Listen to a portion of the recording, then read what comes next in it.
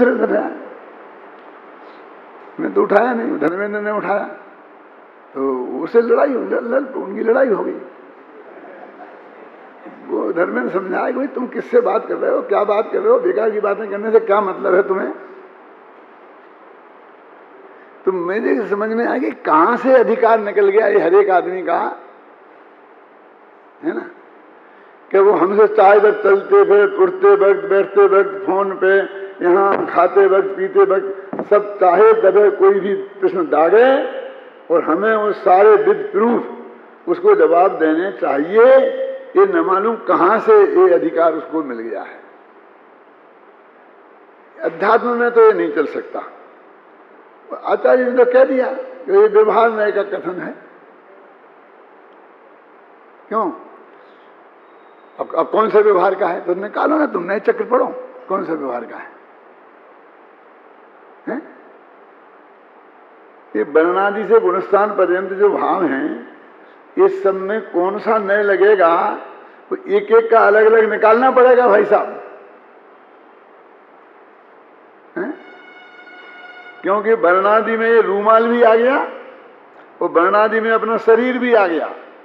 तो वर्णादि में रूमाल लेंगे तो उपचय दशद्भूत व्यवहार नहीं लगेगा, और वर्णादि में यदि शरीर लेंगे तो अनुपचय दशद्भूत व्यवहार नहीं लगेगा, और राग लेंगे तो अशुद्ध निश्चय नहीं भी लग जाएगा और सद्भूत व्यवहार नहीं भी लग जाएगा। क्यों? फिर 29 की अलग अलग बात है।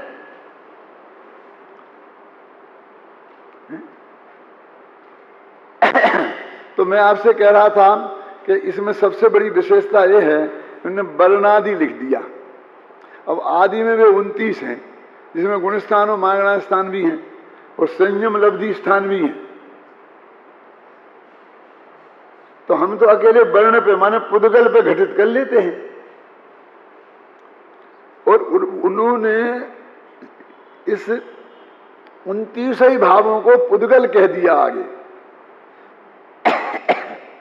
अब लड़ो तुम कि पुद्गल कैसे कह दिया, गुणस्थान पुद्गल कैसे हो सकते हैं? पुद्गल में कई गुणस्थान होते हैं, गुणस्थान तो जीव के ही होते हैं। मोह योग भवा, मोह योग के निमित्त से जो आत्मा के परिणाम है वे गुणस्थान है। क्यों? अब तुमने पुद्गल कह दिया।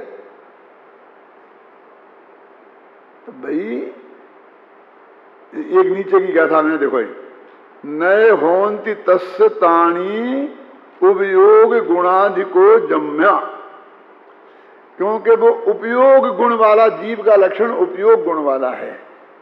अब जिसमें उपयोग नामक गुण नहीं है वो जीव नहीं है। समझ गया? ये जीव नहीं है की बात कहो ना, पुद्गल है। क्यों?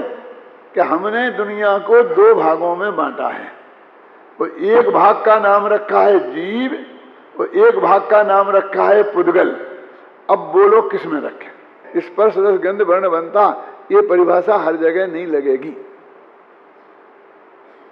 यदि आप ये नहीं स्वीकार करेंगे तो आपकी समझ में समाधान नहीं आएगा। बस खत्म।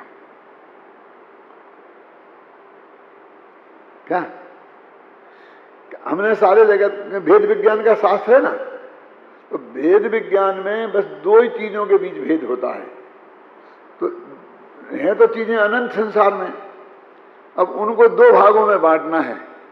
तो एक भाग में रखा उपयोग लक्षण वाला जीव और एक भाग में रखा उसे हम अजीब नाम देवें, पुद्गल देवें, हम शरीर भी कह सकते हैं। कहा है शास्त्र में? बोलो कहाँ कहा? कई दफे सुनाया है मैंने। देह जुदा आत्म जुदा, यही तत्व को सार, और बाकी जो कछु और है या ही को विस्तार है। क्या नहीं आ गया ना इसमें? अब देह कह दिया ना, और जीव दो ही लिया, दोनों का जुदा जुदा माने भेद विज्ञान। तो अब इसमें गुणस्थान माने देह हो गया, मागना स्थान माने देह हो गया है?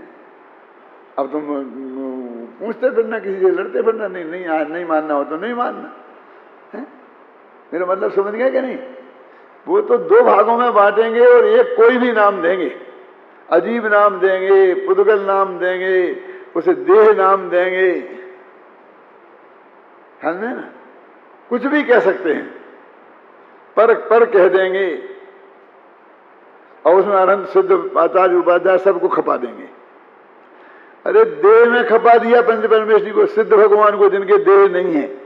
देह जुदा आत्म जुदा, तो सिद्ध भगवान जुदे हैं कि नहीं तेरे से? बोल। तो जो 29 प्रकार के भाव हैं उन सबको यहां पुद्गल कहा है। देखो ये 68वीं गाथा है, देखो बहुत मार्मिक है। वो हण कम्म सुदया दे गुण स्थान अचेदना उत्ता, ऐसा लिखा का नहीं लिखा? वो हण कम्म सुदया दुबन्या देज में गुण ठाना कहते हवंति जीवा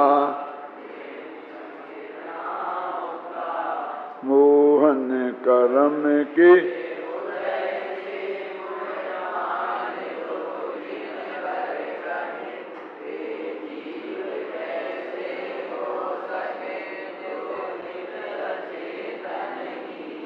अब ये अचेतन ही कहे नित्य, अब कहाँ अचेतन कहे? चेतन माने जीव, उपयोग लक्षण, तो जीव से भिन्न माने अचेतन। अब उन्हें अचेतन कह दिया। अब गुणस्थान, 13वां गुणस्थान क्या है? एकदम कहें केवल ज्ञान, पूर्ण वितरागता, अनंत दर्शन, अनंत ज्ञान, अनंत सुख, अनंत वीर, अनंत चतुष्टय जहां प्रकट हो गए हैं, वो 13वां गुणस्थान बोलेंगे कि नहीं? और वो कहेंगे अचेतन है, वो जड़ है, वो पुद्गल है।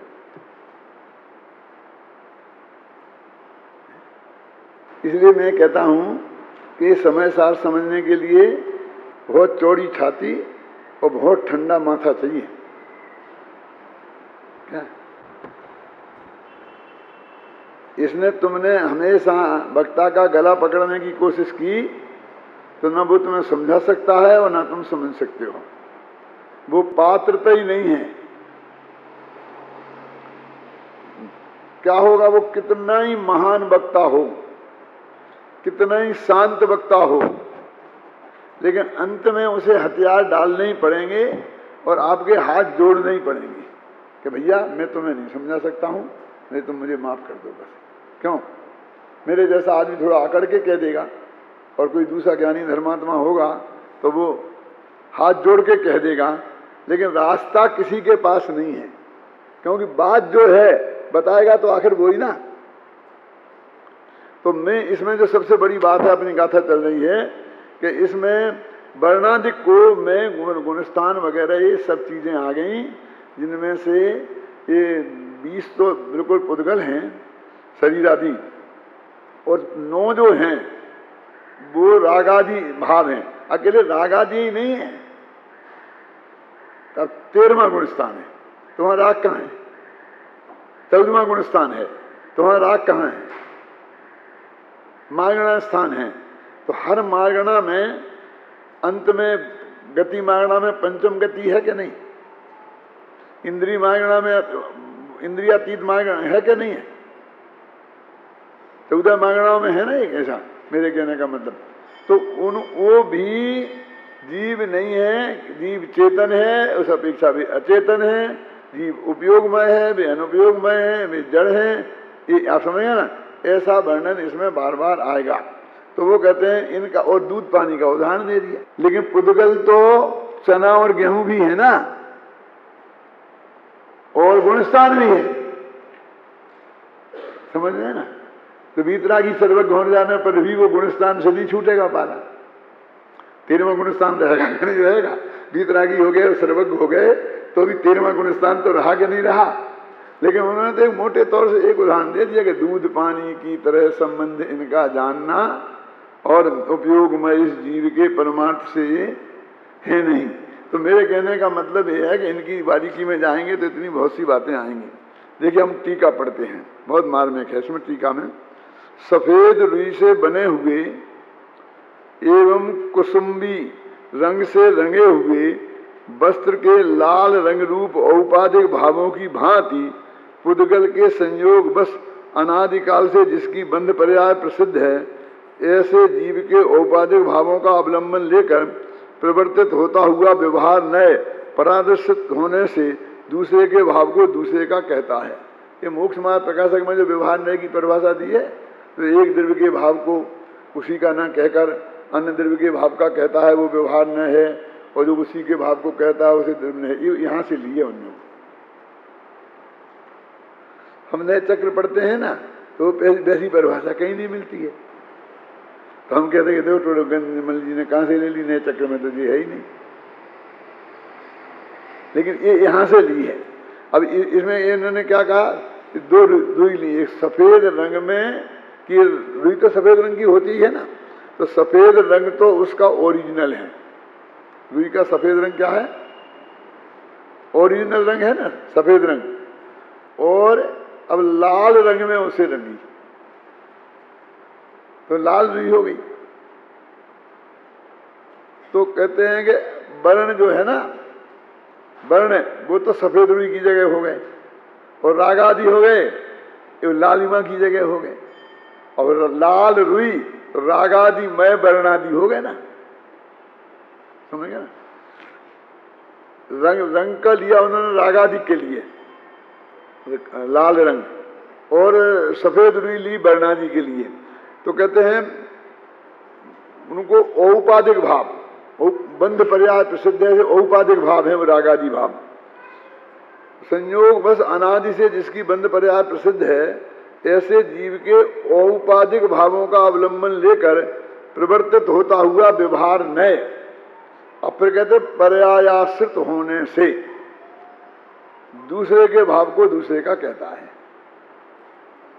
पर्यायाश्रित होने से क्या, देखो ये इसमें भी थोड़ी गहराई है। जब आप नए चक्र पढ़ेंगे तो द्रव्यार्थिक और पर्यायार्थिक नए अलग अलग हैं, और निश्चय और व्यवहार नए अलग अलग हैं। और वहां पर इस बात को स्पष्ट किया है, नए चक्र में जो पढ़ते हैं क्लास में उन्हें पता होगा कि कुछ लोग कहते हैं पर्यायार्थिक नए माने व्यवहार नए, और द्रव्यार्थिक नए माने निश्चय नए, लेकिन ऐसा नहीं है, वहां स्पष्ट किया है। पर्यायार्थिक नए भी निश्चय होता है, और कभी कभी द्रव्यार्थिक नए के भी भेद जो देखोगे आप, वो भी व्यवहार होता है। तो वहां तो उनकी भिन्नता समझाई गई, ऐसा नहीं है। अब यहां ऐसा कह रहे हैं कि पर्यायार्थिक नए के आश्रय होने से वो व्यवहार नए है। असलियत में अंतर ये है कि द्रव्यार्थिक पर्यायार्थिक नए सिद्धांत के नए है ना, और निश्चय और व्यवहार ये अध्यात्म के नए हैं। अब ये प्रकरण है अध्यात्म का, तो अध्यात्म में उस पर्याय को भी यहां पुद्गल कह दिया, अपनी पर्याय को पुद्गल कह दिया, क्योंकि त्रिकाली ध्रुव निकालना है ना, जो पर्व पर्याय से है, गुणस्थान आदि ये पर्याय तो है ना, राग आदि जीव की पर्याय है ना, और इनको पुद्गल में डालना है। तो इसलिए यहां पर उन्होंने पर्यायस्थ होने से उसे व्यवहार नए में डाला। और जो त्रिकाली ध्रुव भगवान आत्मा है, वो परम शुद्ध निश्चय नए वाला वास्तव में, उसको उन्होंने निश्चय नए में लिया। तो वो कहते हैं दूसरे के भाव को दूसरे का कहता है। दूसरे के भाव का मतलब ये है कि भाव हैं तो जीव के, और इन्हें पुद्गल कहा जा रहा है। देखो, अथवा ये भाव हैं तो पुद्गल के वो कहते हैं, और इन्हें जीव कहते हैं व्यवहार नए से। तो उन्होंने कहा पुद्गल के क्यों हैं, तो उन्होंने लिख दिया मोहन कम्म सुधिया, पुद्गल कर्म के उदय से होते हैं। तो जिसके उदय से हों वे भाव उसके, एक न्याय ने ये लगाया। तो जितने भी वर्णादि से रागादि भाव हैं, वे सब पुद्गल कर्म के उदय उनमें निमित्त होता है, इसलिए उन सबको यहां पर पुद्गल कहा। शायद कल परसों के प्रवचन में ये बात आई थी, अभी आई हो चाहे सुबह के टिप में आई हो, उसमें फिर मैं एक दफे बता देता हूं इस बात के लिए कि द्रव्य कर्म और भाव कर्म और नो कर्म। तो द्रव्य कर्म ज्ञानावरणादि 8 है ना, उनमें आघातिया कर्म के उदय से जो संयोग मिलते हैं उनको नो कर्म बोलते हैं, और घातिया कर्म विशेषकर मोहिनी कर्म के उदय से जो विकारी भाव होते हैं उन्हें बोलते हैं भाव कर्म। तो ये रागादि में तो वो भाव कर्म लिए, और वर्णादि में नो कर्म लिए, और द्रव्य कर्म तो है ही। तो द्रव्य कर्म दोनों में, द्रव्य कर्म के उदय से जो जो चीज हुई उन सबको उन्होंने, चूंकि द्रव्य कर्म पुद्गल के हैं तो उन सबको भी उनने पुद्गल कह दिया। ये न्याय है, बस खत्म। ध्यान में ना, क्योंकि वो भी, उसमें भी द्रव्य कर्म का निमित्त है और इसमें भी द्रव्य कर्म निमित्त है। तो कहते ये भी जैसे पुद्गल है जैसे वो भी पुद्गल है, और उनको हमने पुद्गल कह दिया क्योंकि ये द्रव्य कर्म पौद्गलिक है। तो वो 29 प्रकार के भाव वे आत्मा नहीं है, वे पुद्गल हैं, क्योंकि उनमें उपयोग नामक गुण नहीं है। गुरुदेव तो आगे ऐसा ऐसा भी कहेंगे कि हमारे उपयोग प्रयोजन की सिद्धि नहीं होती है, इसलिए हमने उसको कह दिया नहीं। केवल ज्ञान तो पर्याप्त प्योर अपनी है ना, उसमें तो कोई कर्म का उदय निमित्त नहीं है ना, क्यों? फिर क्या करोगे? तो उन्होंने कह दिया भैया केवल ज्ञान के आश्रय से सम्यक दर्शन प्रकट नहीं होता है, हमें तो जिसके आश्रय से सम्यक दर्शन प्रकट होगा हम तो उसे ही अपना कहेंगे, बाकी दूसरे को अपना नहीं कहेंगे। दूसरे द्रव्य का कहने का निषेध करता है, वह तो केवल स्वाभाविक भावों का आलम्बन लेकर प्रवर्तित होता है। देखो, जो भी संबंध व्यवहार से कहा जाता है वो सब पर्यायों के बीच ही होता है, द्रव्य के बीच तो होता ही नहीं। दो द्रव्य के बीच में ना एकत्व का, न ममत्व का, न कर्तृत्व का, न भोक्तृत्व का किसी भी प्रकार का संबंध है होता नहीं है, इसलिए उसे पर्यायाश्रित कहा। जैसे कि आत्मा में मोह राग द्वेष के परिणाम हुए तो वे आत्मा की पर्याय में हुए ना, पर्याय है मतलब वो, और उनमें ज्ञानावरणादि कर्म जो भी है, चारित्र मोहिनी कर्म, दर्शन मोहिनी कर्म, उनमें वो निमित्त है। तो ये औपाधिक भाव पर्याय में होते हैं, एक द्रव्य दूसरे द्रव्य का निमित्त नहीं होता, क्योंकि निमित्त तो किसी कार्य का होता है कि निमित्त कारण के भेद है ना, उपादान और निमित्त दो कारणों के भेद हैं। तो कारण तो किसी कार्य का होगा, और द्रव्य हमेशा कार्य नहीं होता है, वो अनादि अनंत होता है। कार्य हमेशा नया पैदा होता है और नियम से नष्ट भी होता है। अभी जो पर्याय में रागादि हैं वो अनादि शेष आत्मा के साथ हैं, इसलिए थोड़ा भ्रम पैदा करते हैं कि जब अनादि से हैं और अभव्य की अपेक्षा लगाओ तो अनंत काल तक रहेंगे भी, तो इन रागादि को द्रव्य स्वभाव क्यों नहीं मान लिया जाए, इनको औपाधिक भाव हम क्यों माने। इसमें उदाहरण दिया है कि रुई और लाल रंग से रंगी हुई का कपड़ा दिया ना। अब मान लीजिए वो जो रुई है उस रुई को ही लाल रंग से रंग दिया जाए, और जब वो सूत आवे, कपड़ा बने, तो जन्म से ही कपड़ा अपना लाल रंग का दिखाई देगा ना, सूत भी जन्म से ही लाल रंग का दिखाई देगा ना। तो वो कहेगा इसका ये स्वभाव भाव है, क्योंकि ये तो इसके जन्म से है। लेकिन वास्तव में वो कपड़े का जन्म तो वो रुई का पैदा होना है, कपड़े का आकार में बदलना वो कपड़े का जन्म नहीं है। तो ये जैसे कि जन्म से ही वो रुई, और मान लो आज वैज्ञानिक रिसर्च के कारण ऐसा करें कि उसके बीज में ही कलर डाल दें और जिससे फिर वो रुई पैदा हो तो वो कलर्ड ही पैदा हो। आजकल तो ऐसा भी हो सकता है बहुत सी चीजों में, तो फिर क्या करेंगे। तो ऐसे आत्मा में रागादि भाव ये अनादि के हैं और एक समय भी आत्मा से जुड़े हुए नहीं, तो इनकी भिन्नता का भाषित होना जरा कठिन लगता है। जैसे कि उपचयत सद्भूत व्यवहार नय में स्त्री पुत्रादि है ना, मकान जायदाद है, ये इसी भव में अलग होते देखे जाते हैं, और ऐसा भी देखा जाता है कि हमारे जन्म से ये हमारे साथ नहीं थे, माने जन्म के बाद में जुड़ते हैं और मरने के पहले निकल जाते हैं। इसलिए इनकी पृथकता का ज्ञान कराना बहुत आसान है। यदि तू ही ये था तो तेरे जन्म से तेरे साथ क्यों नहीं है। लेकिन इस देह का संबंध जन्म से होता है और मृत्यु तक रहता है। इसलिए ही वास्तव में देह की पोजीशन भी स्त्री पुत्र आदि के समान ही है। फिर भी इसके भेद विज्ञान होने के चांस कम हैं, क्योंकि जन्म के पहले की उसे कोई बात याद नहीं है और मरने के बाद की कोई अभी हुआ ही नहीं है घटना, उसे याद पता ही नहीं है। इसलिए ये तो ये शरीर और आत्मा को एक ही साथ उसने आद्योपांत देखा, तो इनकी भिन्नता का ज्ञान कराना थोड़ा कठिन होता है। ख्याल में है ना?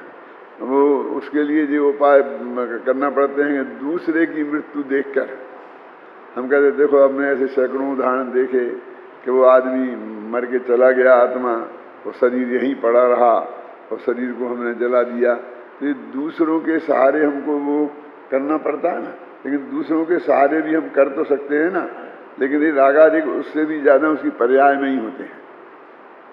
ख्याल है ना? तो इसलिए, और ये जन्म से है।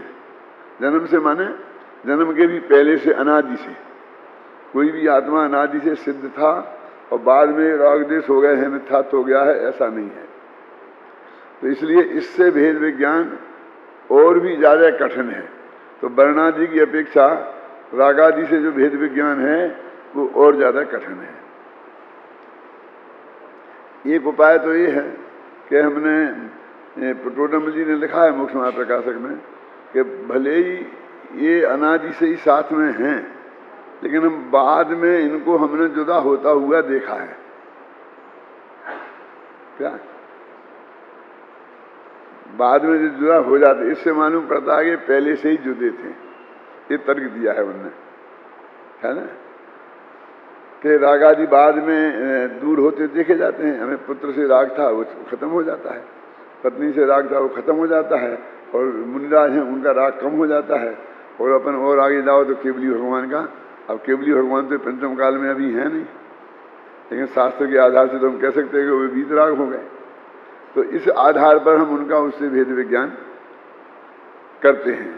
लेकिन उसमें एक बात ये है कि जो राग हम कह रहे हैं कि ये अनादि से है, वो राग तो परंपरा की दृष्टि से अनादि से है, वही का वही राग अनादि का नहीं है। क्या वही का वही राग अनादि का नहीं है? परंपरा की दृष्टि से मैंने हमेशा एक समय भी राग से खाली नहीं हुआ, ये ऐसी बात है। लेकिन वो वही का वही राग रहा हो, वो तो दो समय भी नहीं होता है। उसमें तीव्रता और मंदता लेसा के अनुसार निरंतर होती रहती है ना, तीव्रता आती रहती है, मंदता आती रहती है। तो वो ये कहते हैं कि जो भी कार्य होता है वो पर्याय में होता है, इसलिए ये पर्याय शब्द नय के आधार पर व्यवहार नय है, और उसमें निमित्तिकता भी उसी में बनती है। तो निमित्त की अपेक्षा ही व्यवहार कहा जाता है। तो ये औपाधिक भाव मान राग देश भाव, ये नैमित्तिक भाव हैं, इसलिए उन्हें बोलते हैं औपाधिक। निमित्त की उपाधि इनमें लगी हुई है, इसलिए इन औपाधिक भावों को भी हमने यहाँ वर्णादि में ही ले लिया है। ऐसे शरीर के प्रत्येक परमाणु वो निकलता जाता है, उसकी जगह दूसरे आते जाते हैं, और वो एक परमाणु भी नहीं बचता है 3-4 साल में है? तो ऐसे राग में तो समझ में आता, इस शरीर में हम वो पकड़ में नहीं आता हमारे, क्योंकि ऐसी विचित्र स्थिति है कि हमारे चेहरे की जैसी बनावट है, वो जो पुराने परमाणु निकलते हैं वो नए भी उसी बनावट में सेट हो जाते हैं। क्या इसलिए हमारी पकड़ में नहीं आ जाता है। और जब कभी कभी ऐसा होता है, बहुत तेजी से बदलाव होता है, और चेहरे का स्वरूप बदल जाता है कि नहीं बदल जाता है, एकदम दोला हो जाता है, एकदम मोटा हो जाता है, लंबा लंबा लगने लगता है पतले से, तो हमको बदलाव दिखाई देने लगता है। अब ये परमाणु जैसे बदल जाते हैं, ऐसे रागादि भी निरंतर बदल रहे हैं, और इनका यही पर्यायपना है। और इसका एक प्रूफ ये है कि मान लीजिए कि आप यहाँ जयपुर के पैदा हुए हैं, तो आपका जयपुर का जलवायु आपको अनुकूल पड़ता है, तो आपको जुकाम सर्दी वगैरह कुछ नहीं होता है। लेकिन आप जब बम्बई जाते हैं तो वहाँ का जो ठंडा है ना जलवायु में, जिसमें वो नमी ज़्यादा है, उससे आपको जुकाम सर्दी बहुत तकलीफें होने लगती हैं। फिर धीरे धीरे 10-5 साल आप वहाँ बम्बई में ही रहो तो आपकी ऐसी हालत हो जाती है कि जयपुर आओ तो जुकाम हो जाता है। हमारे बच्चों का ऐसा होता है, पहले वो बम्बई जाते थे तो जाते ही बीमार पड़ जाते थे, और अब जयपुर आते हैं तो बीमार पड़ते हैं। तो ऐसा क्यों होता है? क्योंकि वो इतने दिनों में वे सारे परमाणु बदलकर वे बम्बई वाले परमाणु हो गए। अब जिन परमाणु से एलर्जी होती है उन्हीं परमाणुओं का पूरा शरीर बन गया, तो अब एलर्जी काय की होगी? रागादि भी बदलते हैं, देह के परमाणु भी बदलते हैं, स्त्री पुत्रादि भी बदलते हैं। ये जो बदलना और नहीं बदलना, ऐसा जो भेद किया है, एक तो तेजी से बदलना और धीरे धीरे बदलना, इसकी अपेक्षा किया है। वो नहीं बदलने का भेद नहीं है। एक चीज एकदम तेजी से बदलती है और एक बहुत धीमी धीमी गति से बदलती है। तो उस दोनों को अंतर के लिए एक को नहीं बदलना कह दिया और एक को बदलना कह दिया। ख्याल में है ना? तो अब ये कहते पर्याय में होता है और निश्चय में द्रव्य में लगता है। तो द्रव्य का तो परिवर्तन का सवाल ही नहीं है, जीव अजीब थोड़ी हो जाएगा। ये जो समय सार की 308 से 311 गाथा है ना, जिसमें क्रमबद्ध पर्याय की चर्चा आती है, गुरुदेव ने जिसमें से क्रमबद्ध पर्याय निकाली है, तो उसमें पहली पंक्ति टीका में ऐसी है कि जीवो ही तावत कृम नियमात्म परिणामई उत्पद्यमानो जीवा एव नो अजीवा। अजीवोपि कृम नियमात् परिणामई उत्पद्यमाने अजीवा एव नो जीवा। कि जीव अपने क्रमबद्ध परिणामों से उत्पन्न होता हुआ जीव ही है, अजीव नहीं, और अजीब भी अपने क्रमबद्ध परिणामों से उत्पन्न होता हुआ अजीब ही है, जीव नहीं। अब देखिए, अपने क्रम नियमित परिणामों से उत्पन्न होता हुआ, इसमें से क्रमबद्ध पर्याय निकाल दी स्वामी जी ने। यद्यपि ये मूल कथन ये नहीं है, ये तो वो जो बदल रहा है, तो वो बदल रहा है, वो कैसे बदल रहा है, इसको एक क्वालिफाइड किया है। ये तो विशेषण लगाए हैं, उस विशेषण में से उन्होंने निकाल दिया। और मूल मुद्दा तो यही है कि जीव अजीब में, जीव अजीब नहीं होता और अजीब जीव नहीं होता। तो वहां तो दो द्रव्य के बीच में एक द्रव्य दूसरे द्रव्य रूप नहीं होता, एक कथन है।